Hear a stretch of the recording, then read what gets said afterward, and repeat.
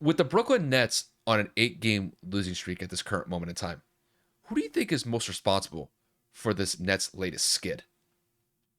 Well, I'm gonna be straight. Kevin Durant not having played since January 15th is significant in and of itself. One of the best players in the NBA is not available due to injury or not available because of whatever. Um, your team's going to struggle. Obviously, the Lakers are struggling without LeBron James. Obviously, he came back the other night against the Knicks, but that's neither here nor there. What I'm trying to say is you can really look at this in a lot of ways. The Nets have never been a good defensive team. The Nets are missing, obviously, Kyrie in home games. The Nets are missing Kevin Durant as a unit. But I'm taking this to the point of I'm putting this on James Harden. And I'm going to be frank. If you guys saw my Ben Simmons and Giannis Antetokounmpo video from a couple of months ago, you know where I'm going with this.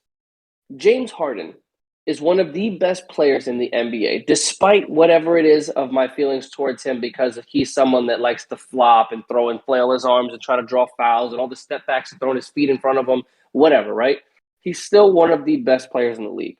People like to make the argument that if he gets a championship, that he's going to be revised, or excuse me, like reviewed as a top five shooting guard of all time. That's a conversation once again for another day. I'm just letting you know, like, that's the hype behind James Harden if you aren't already aware.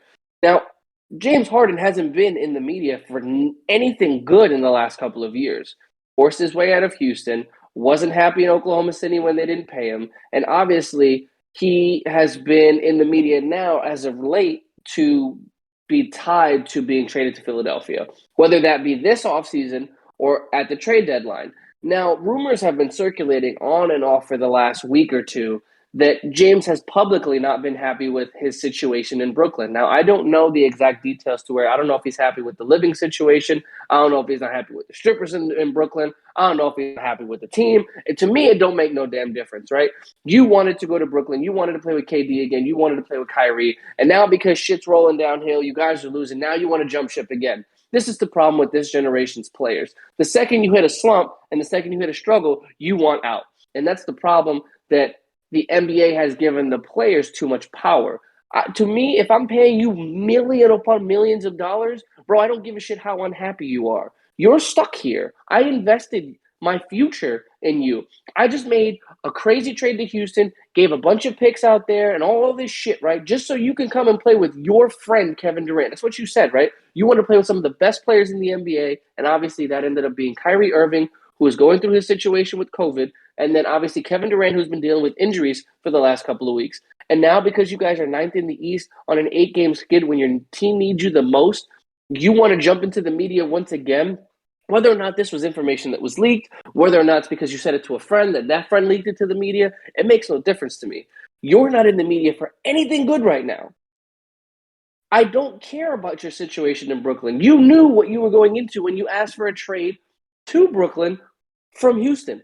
I don't know what you expected it to be. It's New York fucking City. It's winter. It's cold. Like, Kyrie Irving is Kyrie Irving. Nobody knew COVID was going to be the way that it is right now. No one knew that the mandate was coming. Like, you just have to accept it for what it is. You can't jump ship because you're upset. You can't just jump ship because you're losing. These players throw tantrums. These players have so much to say.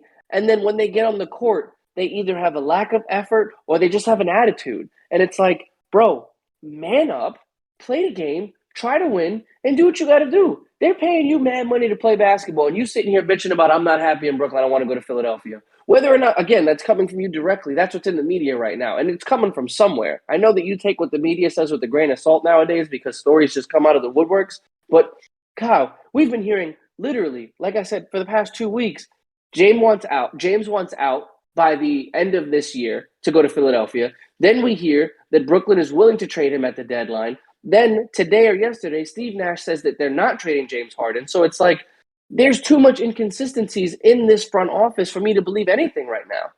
James Harden wants to go to Philly because he's having a shit time in Brooklyn. What if Philly falls apart? Where do you want to go then? Huh?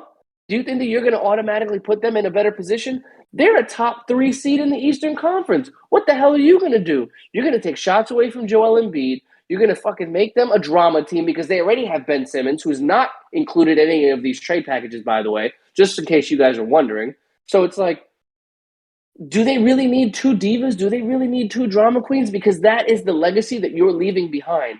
Wherever it is that you go, drama is following. Brooklyn is not focused right now. And one of their best players isn't giving it their all, and he's focused on bouncing. If I'm somebody in that locker room, I'm looking at him and saying, bro, can you shut up? Like, seriously, can you, like, play basketball?